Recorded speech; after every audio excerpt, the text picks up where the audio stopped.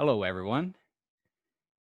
Welcome to the Robert Timmons Show. Today's guest is Rousawn Dozier, a speaker, author, coach, consultant, and mindset architect, a nickname he earned from his coaching clients. As a master storyteller, Rousawn Dozier wows audiences with passion, humor, and his dynamic approach on living a life of purpose. Individuals, teams, and corporations have been impacted by his real, relational, and transparent messages on how to be the architect of their minds and lives. He trains and equips audiences to overcome fixed mindsets, limiting beliefs, and fear by introducing them to his C5 mindset framework. Hey, welcome, Rousawn. How you doing today? What's up, brother, man? Excited to be here. That introduction, I'm like, who is that guy? Who is that? That's cool. I'm excited to be here, pumped up, man. Thank you for having me on your awesome show. Excellent. And where are you calling in from today? I'm calling in from West Virginia, the eastern panhandle of West Virginia. So we're like a tri-state. Maryland's 5 minutes to the north, Virginia 5 minutes to the south, but West Virginia nonetheless, the greatest state in the United States, though a lot of people don't agree with that. It's all good though, man. I'm calling in from West Virginia, man. Well, who are they, right? You live Yeah, there. As long as you agree with that, that's the best part. that's the best part, man. Well, we thank you for being here today. And I really want to get into start off our talk with this cool nickname you have, Mindset Architect. And what does that exactly mean? Why are your coaching clients calling you that?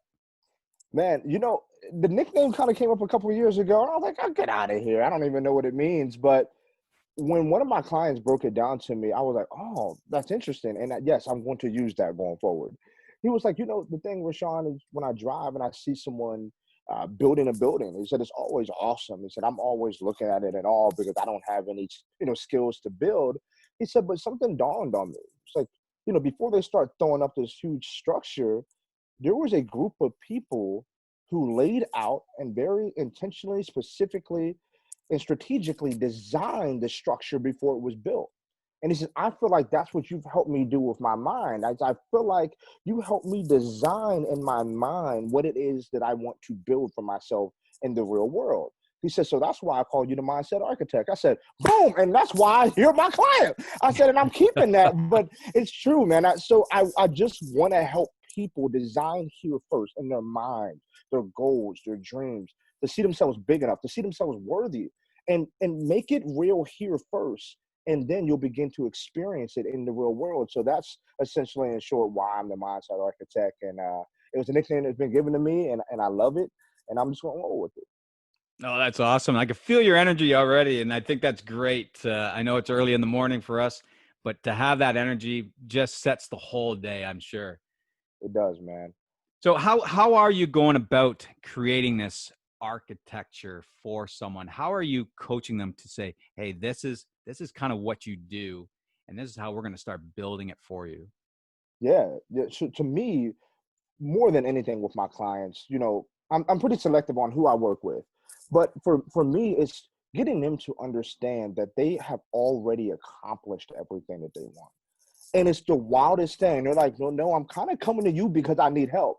And I'm like, no, if you recognize that you've already accomplished it in your mind. And so we reverse engineer everything. We go to the place where they want to be, right? So my question is, what does it feel like when you have 200 employees? What does it feel like when you've hit the financial goal? What does it feel like when you're serving your family? And we go to that place in our mind where they're already experiencing the emotion and the energy and the reward that comes with everything. And then we reverse engineer it back to where we are now. Because when I can get you to feel that it's real, now the habits and the disciplines and the desires, everything that's going to take to accomplish it, they begin to be integrated, and it's easier to work toward the goal because we recognize that, wow, I've already felt the feeling of being successful. I felt the feeling of being there, whatever it is that I want to accomplish. And now we can begin creating and cultivating a strategic plan of action, aka mindsets, to get there. But that's what I do with my clients. I said, let's go to the place you want to be. And yep, we may be 3 years away from it in reality, but in terms of our minds, man, our mentality, we can be there right now. So that's what we do. Yeah, I think a lot of people don't realize, it's almost the word gratitude, right?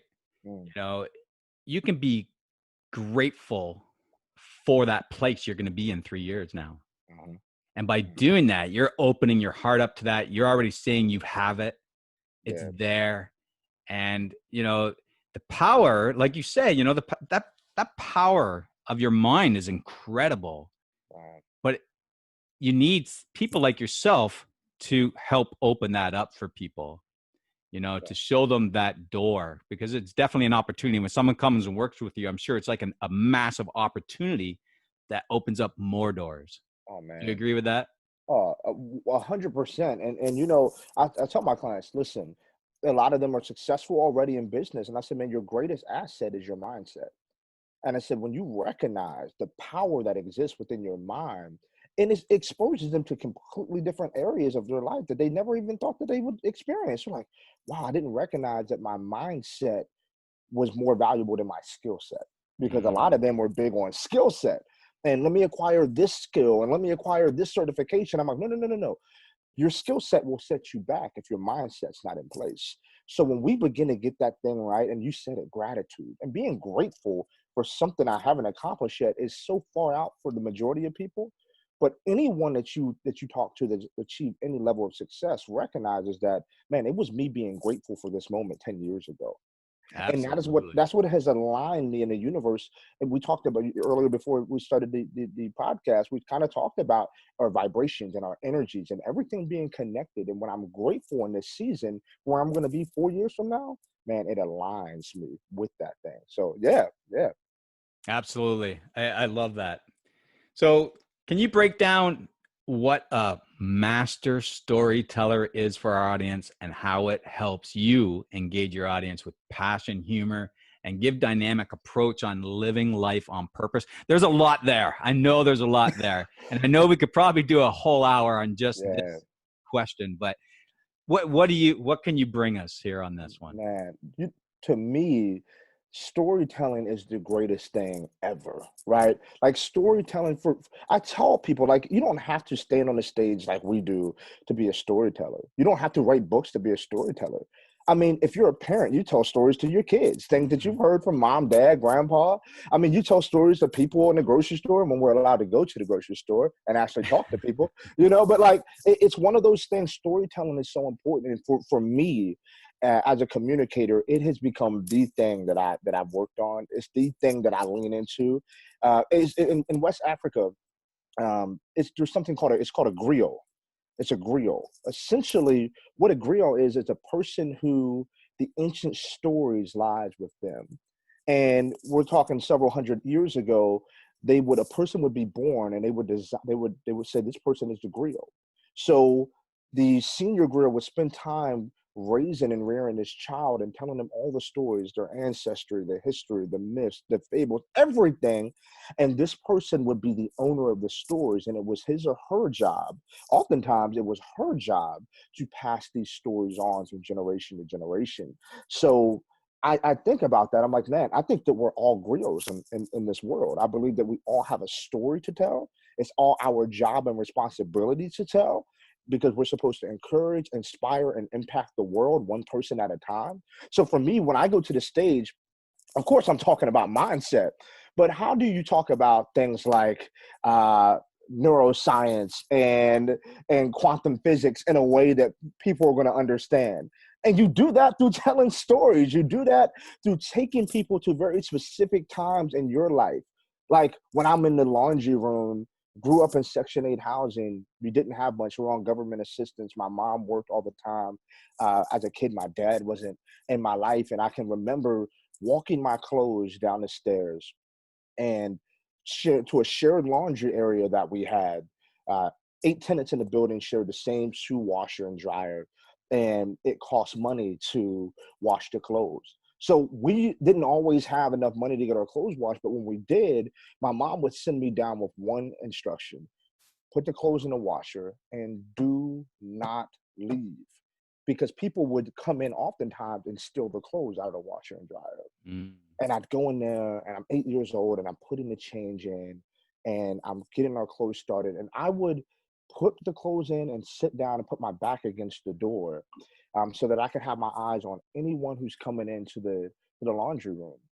And here I am, 8 years old, 12 pounds soaking wet, and I was willing to fight anyone who came to take what was mine.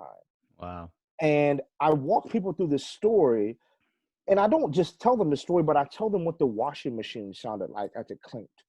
Like every third spin, it would just clink, and it smelled weird. I can't get the smell out of my mind, and I walked them through what it looked like visually. But I'm doing that because it created a mindset within me that I'm willing to fight for the things that are important to me. And I walked them through these because here's the thing. Your experiences may not have been my experience, but at the same time, you have something from a very young age that's cultivated and crafted your mindset. And when I can get you to tap into that thing through my story, now we can lean into the principles that I have to say. So being a master storyteller, it's my responsibility as a communicator to be that master storyteller so that I can get you to lean in to what it is that I have to share, but also so that you can understand it, having walked through your own story. And yeah, I mean, we do that kind of stuff with humor. We have a lot of fun and we laugh a lot. But sharing the story is really about getting you to connect with yourself so that you Mm. can lean into me. That's what it's all about. Oh, that's fabulous. I love that answer. And you're right. We just met today and we've already talked about a few stories that showed each other that were relatable in a lot of ways. And you're absolutely right when you say, that's how we've been communicating like that forever through song. Hmm. you know Stories are in songs and people remember songs, but we're at that point where those songs are so old that we may not know the origination of why. But Right. when you find out, that story is pretty intense. And 100%. it may not be happening now, but we've created these different stories amongst those, and Oh, they've traveled over hundreds of years think you about know that. I mean, if you think about exactly what you just said, like how long these stories have traveled, maybe the origin's a little bit off, but for the most part, 80% of the story is still there, just as it was 400 or 500 years ago. And you think about, whether it's the Bible that you read or Quran or whatever the case is, it's just a combination of stories, Absolutely. right? And if they have withstood the test of time, and that is why storytelling is so powerful. So if you're watching this, if you're an author, if you're a speaker, if you're a leader of any, get your ability to tell stories down. Because it's really the stories that are going to live on through your organization, through your family, and it's stories that move the emotions of people. And if you can get the hearts and emotions of people, then you can help direct them in the desired direction that you want them to go, to take action on their lives, to take action in wherever they want. But if you can tell a great story, you can get the hearts of people. And that's always my goal when I take the stage or I turn on a camera. It's how can I tell a story to relate to people and inspire them to take action in their life? Excellent. And I want to really touch base on this unique story. I do agree with you. Everybody has their own story, and everybody's story is unique through their own experiences, Mhm. through their own, life challenges. And some are still in that story. Mm. So what I mean by that is it's people like yourself that tell your story that relates to them and pulls them out of theirs in a empowering manner. And that's why people like yourself telling those stories are so powerful to help change lives, to empower, to create a better journey for them, to bring them into challenges where they're stronger now. Yeah. Yeah. They've gotten pulled out and now they're, because if you're learning, you're always in challenges, right? You agree with Always. that? Oh my! You know, I said something a year ago at a high school, and it didn't make sense until a little bit later. I said, "If you're learning, you're losing," and they're like, "What?" I said, "If you're learning, you're losing, but and the loss itself is a lesson. It's a challenge. It's a struggle. It's an obstacle, and that's how we can. When you begin to see obstacles, it's like, hold on a second. When my mindset shifts, and I'm now seeing opportunity Mm. and I'm leveraging the loss, or I'm leveraging the lesson to get me through the obstacle. So yeah, man, I feel like most people shy away from the challenge though in life. Like it's the challenge that makes people afraid, and I'm like, no, the challenge should encourage you because it's in that you're going to learn something new about yourself through this. Yeah, if you're starting into something, you should you instantly feel that stress, I Hmm. guess you could say. And that means you're on the right path because there's growth to be had. Yeah. And if you accept that growth, you accept those challenges coming that you don't know yet, then it becomes fun. Oh, And you 100%. got to push yourself no matter how high up you are in anything in life. We are all part of challenges. We all have to continually Yep. learn on a daily basis, continually push our mindset, continually, keep going. Right. 100%. 100%. I mean, and you just said something that really got me. No matter where you're at, right, in life, if you could be at the summit of success, those people, men or women, are constantly looking for something else to give them that sense of like push, right? Make them uncomfortable enough to keep pushing towards something. And oftentimes, just when folks, if they reach that pinnacle, and there's nothing there, they'll go find something. Like I think Mm-hmm. about Sir Richard Branson, who's always finding something to do, whether it's jump out of a plane, do something, puts himself in this feeling of like, okay, I'm uncomfortable. And it releases things in him that helps him be more creative, right? Helps him be more connected. And I'm like, man, if those types of people are seeking that, who am I not to every day put myself in a position where I'm uncomfortable about something? Because I'm going to grow from that. Right. Absolutely. What a great discussion there. So now let's get into what this C5 mindset framework is about and how it trains and equips audiences to overcome fixed mindsets, limiting beliefs, and fear. And here's another loaded question, I tell you, because that last one showed us, a whole bunch of different levels. This one's a lot new. So love to hear what this framework's all about. Yeah. So, we kind of used the illustration earlier of people building, right? And what I don't want to do is be the person in life that, with my energy and passion, I stand on the stage and I get people pumped up and I tell them what to do. You should do this, and you should go after your dreams, and you should go after your goals, and you've already got it. And do that for 45 minutes and leave. And people are like, I felt awesome, but he didn't give me the tools to go do it, Right. right?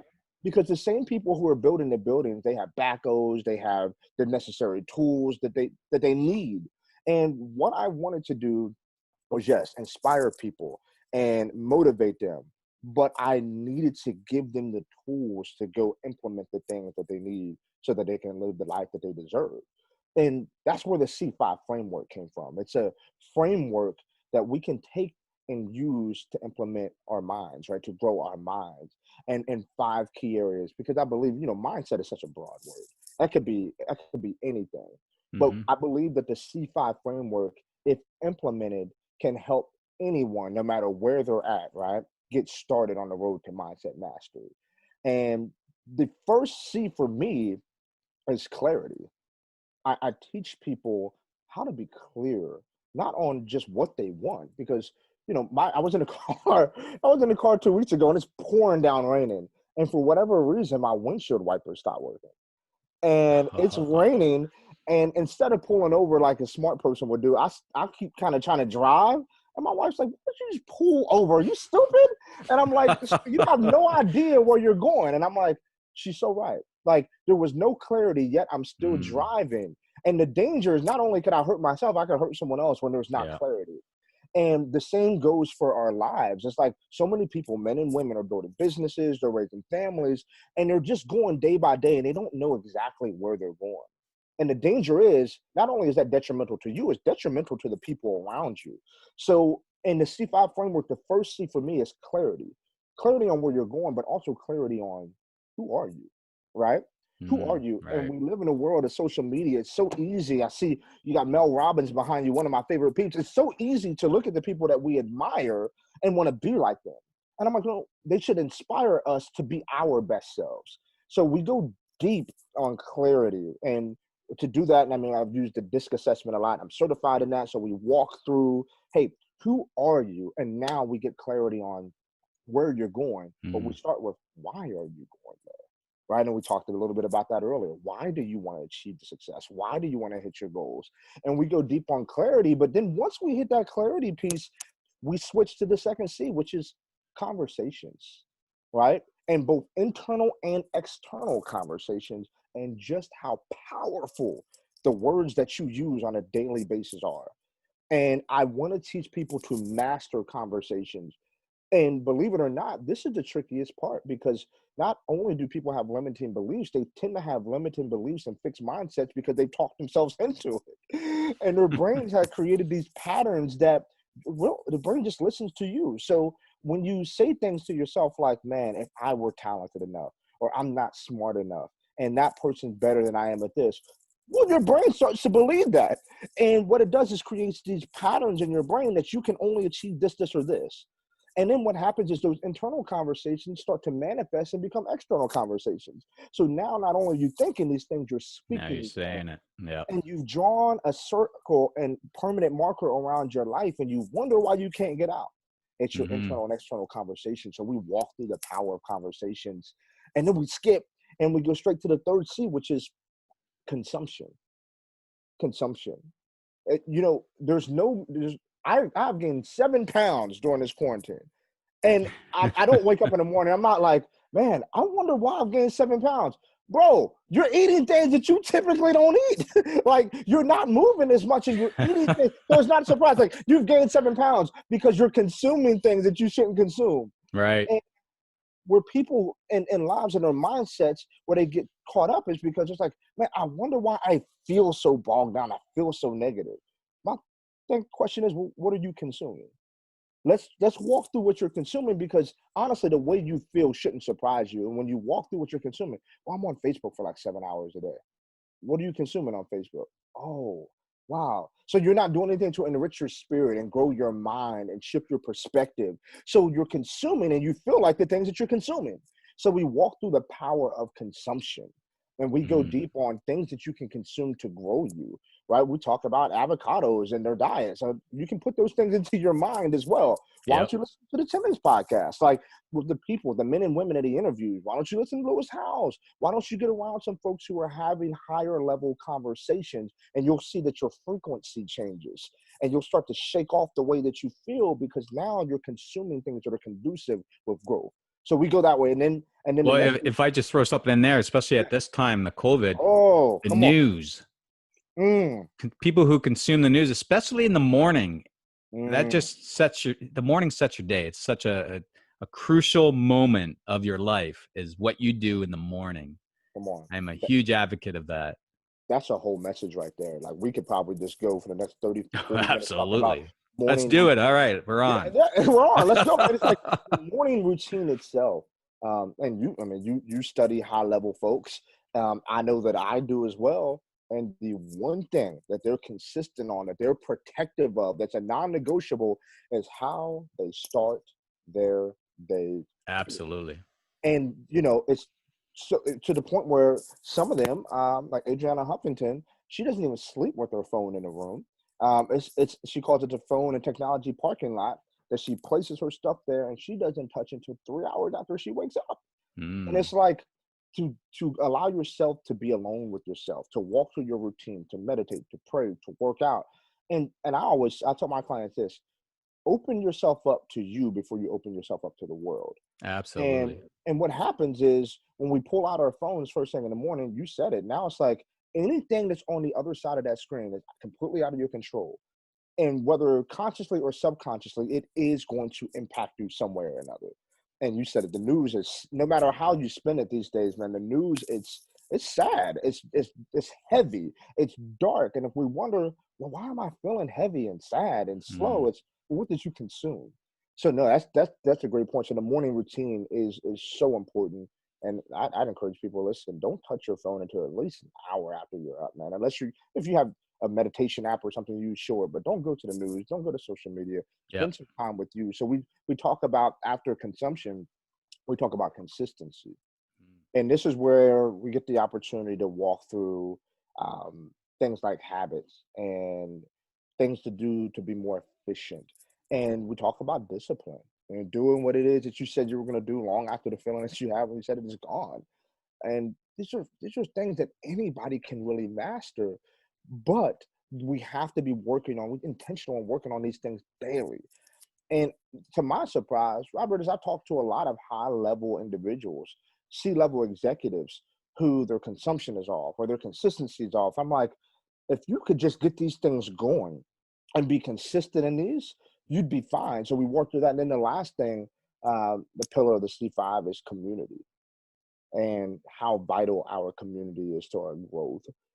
I've seen so many men and women, entrepreneurs, young and old, be killing it across the board. But then they kind of dip off over time, and then you check in with them, and they're still surrounded with people who have the old mindsets, the fixed mindsets, the limiting beliefs, the doubts, the people who speak negativity over not just their lives, but so they're caught up in the energies are off, right? So their person's operating at a high frequency, but over time the frequency comes down because their community hasn't changed. And I Right. said, man, you have to put yourself in the community. It doesn't have to be physically, but I have to talk to people like Robert. I have to make sure that I'm intentional in spending time around people with high vibrations, right? People that I can talk to about what's going on in my life and it doesn't sound like bragging. People that I can talk about what's going on and they say, okay, perfect example here. I had a friend who climbed Mount Everest.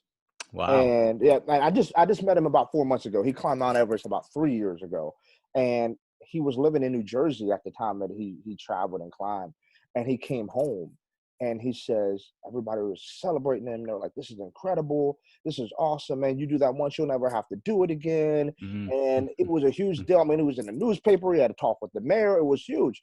But then he moved to Boulder, Colorado, where they are active outdoorsmen and women and they climb. And he got out there and he told people, "Well, I climb Everest and da da da." And the question they had for him was, how fast did you do it? How fast how fast did you do it? And he shared, and the guy was 63 years old. He said, "Oh yeah, when I was 45, I climbed it in half that time." And Wow. the difference is the community had changed. Like these people affirmed him and celebrated, and this side critiqued him and helped grow him. And now he's on a quest to go back and do it even faster. And I think about community. I want to be around people who ask me, Rashawn, how fast did you do it though? Like Yeah. I'm proud of you. There's something to be proud of, but how fast did you do it? I But want they push you. exactly. Yeah. And They're not saying just, okay, you did it. That's it. Like they were saying in Jersey. Oh, you did it. You don't have to ever do it again. yeah, Or the other ones are like, all right, now try this. Now try this. Now try this. exactly, man. You know? Exactly. So intentionally putting yourself around people who, yeah, celebrate you, but they push you. And that's what the C5 framework's all about. This kind of high level, and we walk through those. And there's times I go give talks, and we only talk about one or two of those Mm, because you can go deep on each absolutely. one. But yeah, that's what it's all about, man. It's really become my passion to help people become the architects of their mind using that framework. Yeah, those pillars are definitely important. Each one has so much detail. Like you said, you can go on so deep into each one. And, I'm sure within each one, everybody's got a little bit of it, but some might be stronger than others, like you said. And then you try and pick up those ones that aren't and try Hmm. and see how it adjusts and changes. And I'm sure it does massive wonders. It brings up, we were talking about stuff and it brings up a thought. When I was immigrating, my wife's American, so I was immigrating from Canada over to the States. And my mind already said, I'm already there, right? Hmm. I was already saying, I'm already there. And my mom goes, no, you're not there yet. And my mom's an old mindset, Yeah. massive. Like she even says, I'm stuck in my ways, right? Oh boy. And Yeah. that's massively fixed. Her routine's the same, everything's the same. And I accept that, meaning I take everything for like a grain of salt, as they say, right? Like I love my mom, and I see she was a hard worker, 4 jobs, Yeah. throughout raising 3 children by herself. So I respect her on so many fronts, and I think I got some of that of her, except the part of what I put my work into Yeah. instead of just giving my time for cash, Yep. right? So she would always say, I go, Mom, you got to get your passport. And she'd be like, you're not there yet. You're not there yet. Mom, I'm there already. And she didn't understand that. And as soon as I got here, I kept saying, did you get your passport yet? No, I haven't got it yet. And I go, Mom, I'm here now. Mm, mm. Oh, that you know? what you just said is fire, man. Like you said, I'm here now, but you all also said, Mom, I'm already there. Yeah. So you were there before you were physically there. And man, yeah, you just unpacked something. Your mom saying, I'm set my way. This is how I am. I hear that all the time from Mm-hmm. people in my family. But let me ask you. I know you're asking the questions here, but when you say you were already there. I'm already there. What does that mean to you? Oh, that changes everything. Changes my vibration within me. It makes me focus on the details of being there. It makes me focus on the love, the environment, being with my Yeah, wife, waking up every day. It makes me grateful about that energy that I'm already feeling as if I'm there, yeah, yeah. right? And then I just have to go through the reality of where I am.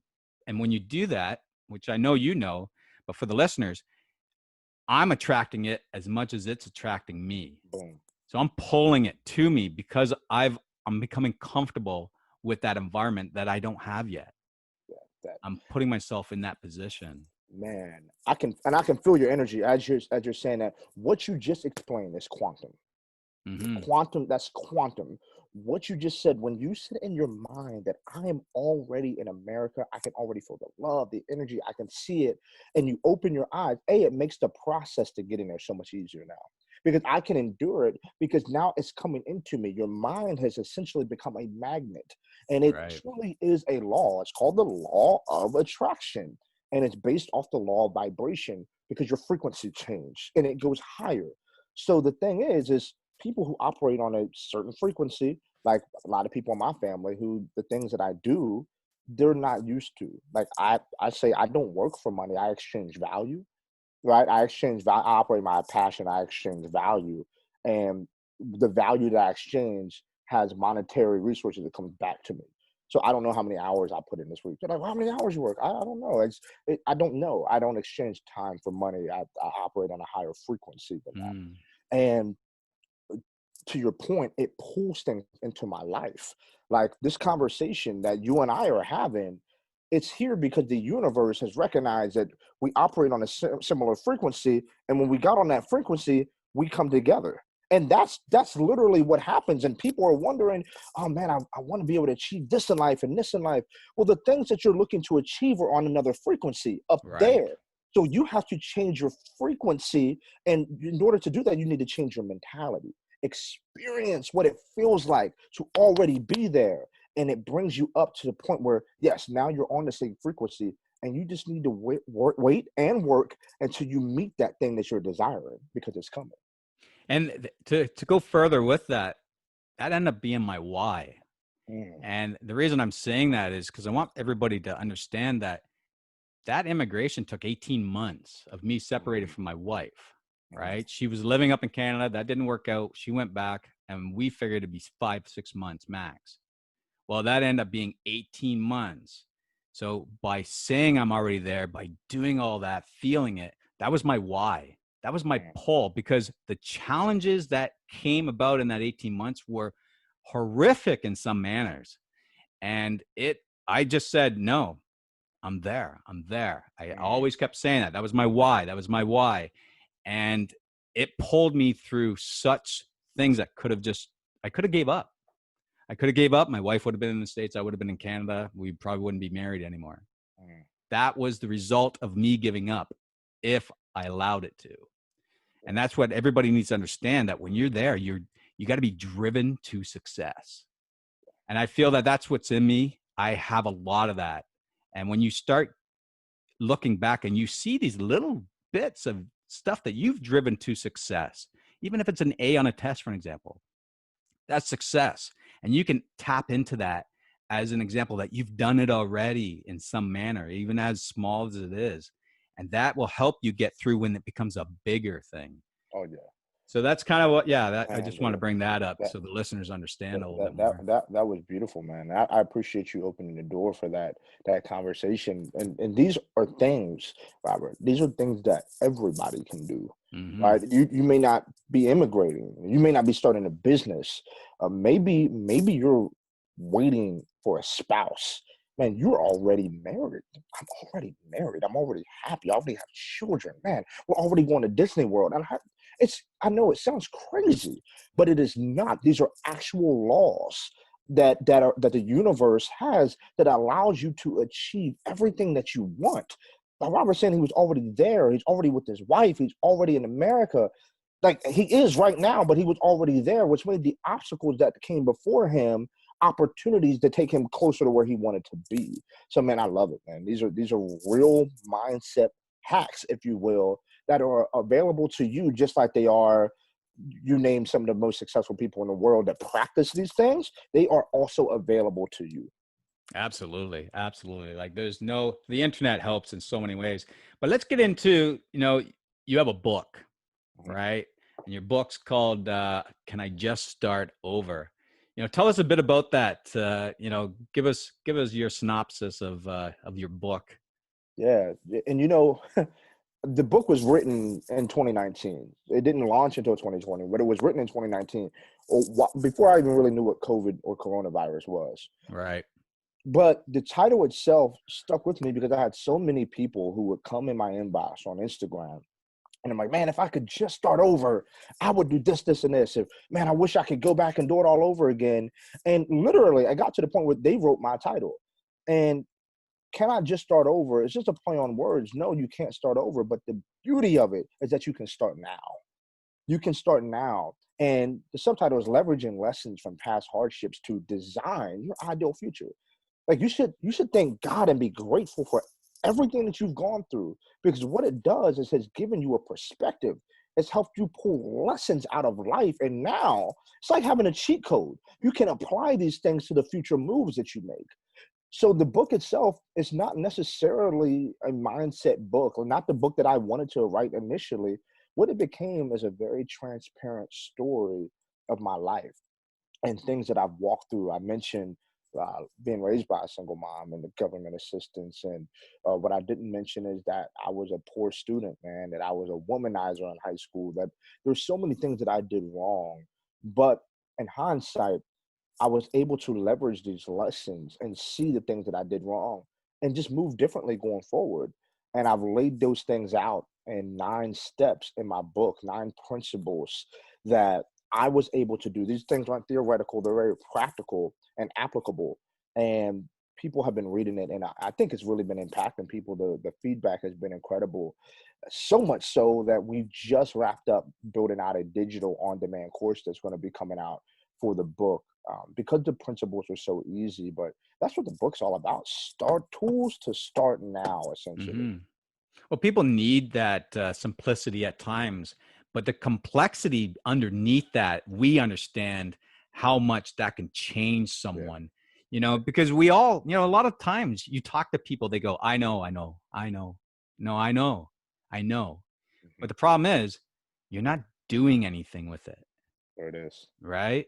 They sound simple. You think they're so simple, you don't need to do them.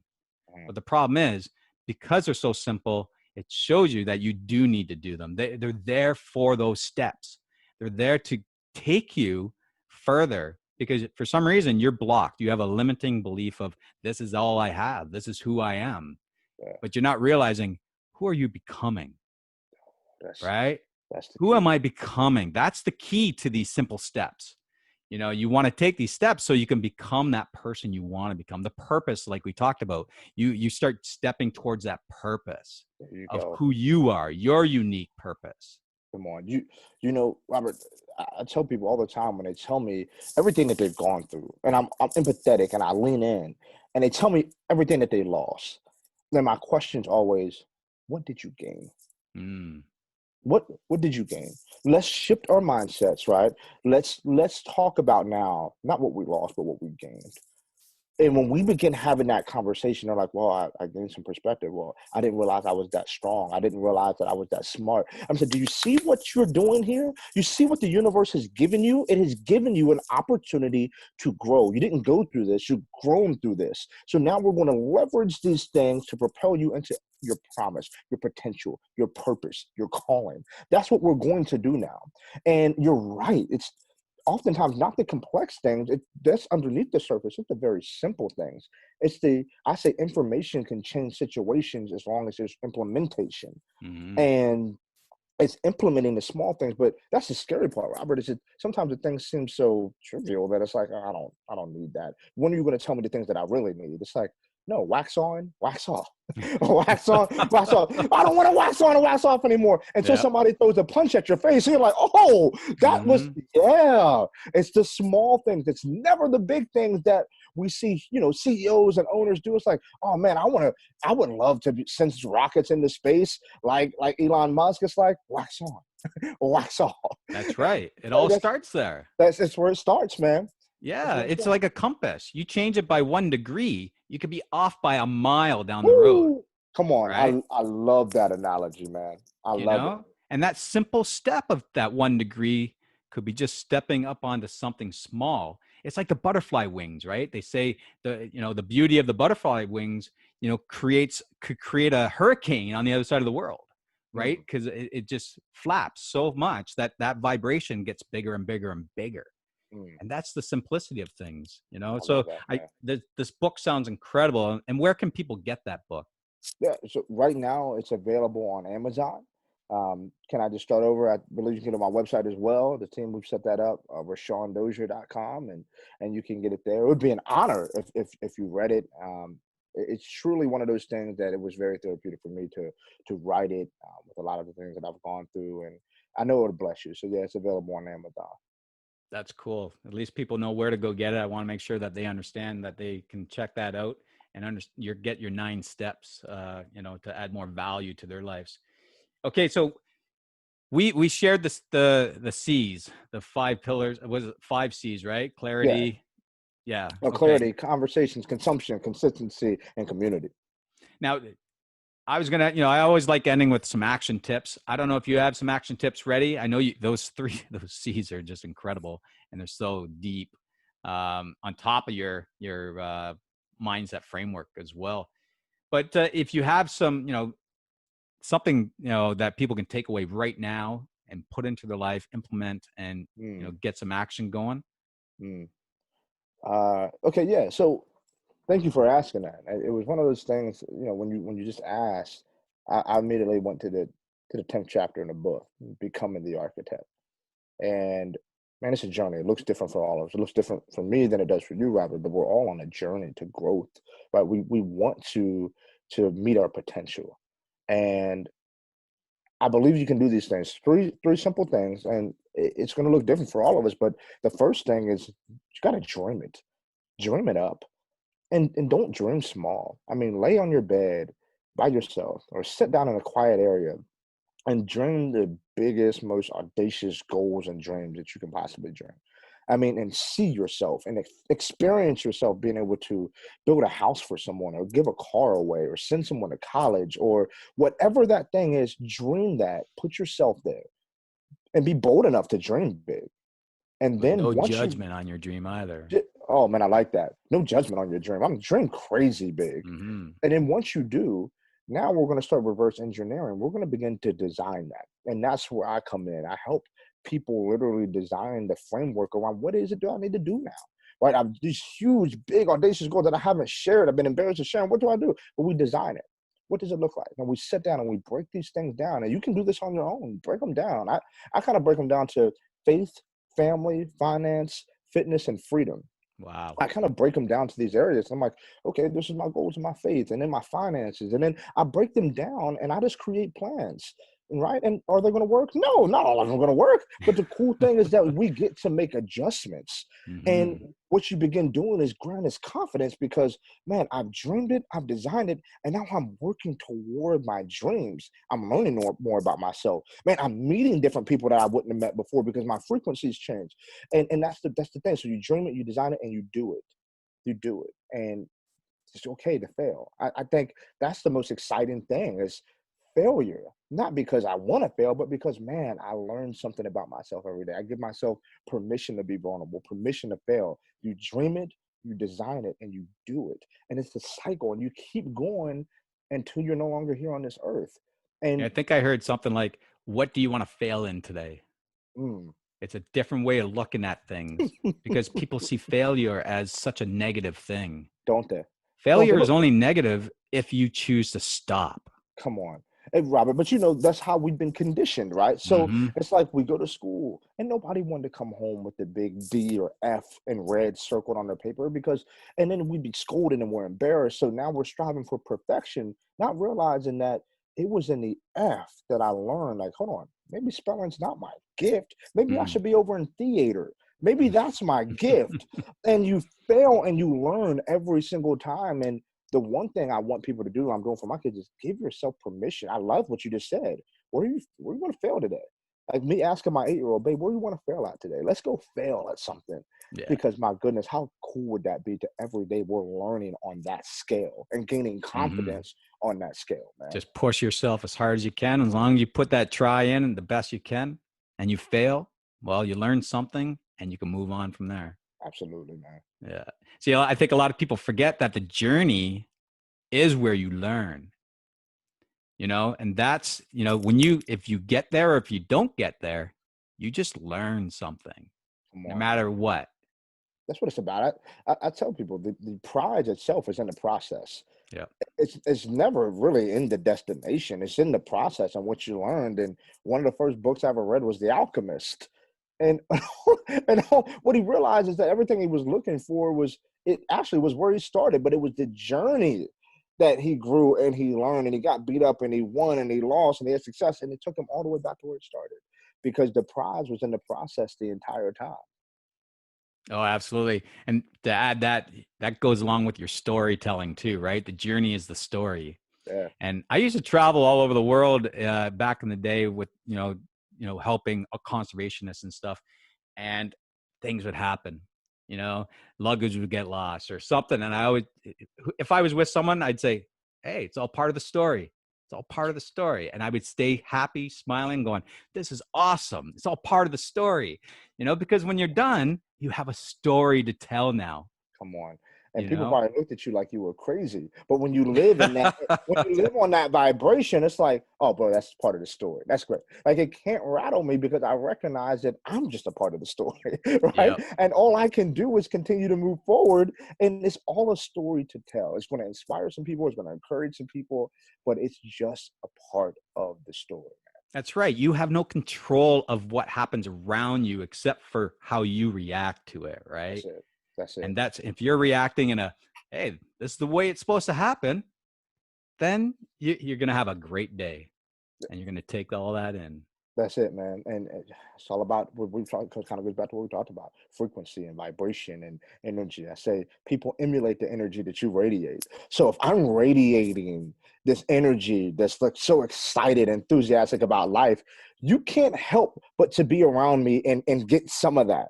And I want to be that. I want to be that thermostat in the room of thermometers that are taking. I want to be like, no, this is my vibration. This is my energy. And you cannot come within 12 feet of me and be upset because man, like it's not possible. Like you will feel uncomfortable. You will have to try to be upset if you're around me because I'm so excited about life. I'm so enthusiastic about life, about impact, about my calling, about what it is that I'm doing. I want to be a thermostat in a room of thermometers. That's for Dude, me, I can feel your energy over here, man. and I appreciate it, man. I'm pumped up. I'm just gonna go yell at my wife soon. We're gonna go do something cool today. We're gonna get up and get moving. All right. Well, hey, man, like I said, it's been amazing. So where can our listeners find you on social media then? Yeah, so I am at Rousawn Dozier on all social media platforms. Connect with me, slide in my DM, say what's up. Say, why are you yelling at your wife? No, I'm just gonna scream at her to go, let's go do something today. Trust me, she's yelling at me. And yeah, so I'm at Rousawn Dozier. Connect with me, RousawnDozier.com. If you go there, all my social links are there. Awesome. Well, thank you, Rousawn, for joining us today and sharing some cool insights of the world of mind architecture and how you engage with your audiences. You know, please find and follow Rousawn at all his social media. Hit him up, grab his book on Amazon. Uh, you know, share this information because honestly, this has been an incredible conversation today with Rousawn. So much amazing golden nuggets, as they call it, that you can get. You pick up his book, I'm sure you're going to get anything more in depth than what we talked about today. And remember to follow the Robert Timmons Show, and so you don't miss any more episodes of amazing people like Rousawn coming on here and sharing value. Thank you, Rousawn. I appreciate everything that you shared today. It's been an honor. Thanks for having me.